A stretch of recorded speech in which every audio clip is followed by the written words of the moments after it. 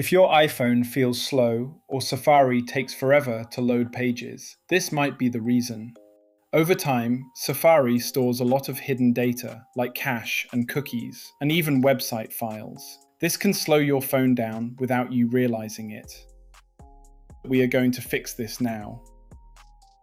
Go to Settings, Apps, scroll down, tap Safari. Now scroll down again. Under the History and Website Data section, clear History and Website Data. Tap it again to confirm. This will remove stored data and reset Safari. Don't worry, your saved passwords will stay, but your browsing history and cookies will be cleared.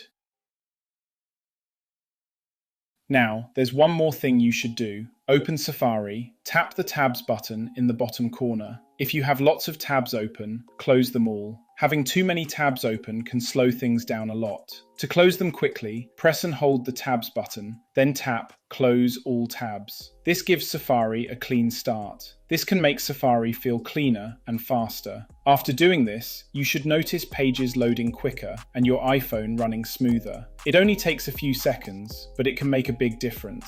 That's it. Follow for more quick tips.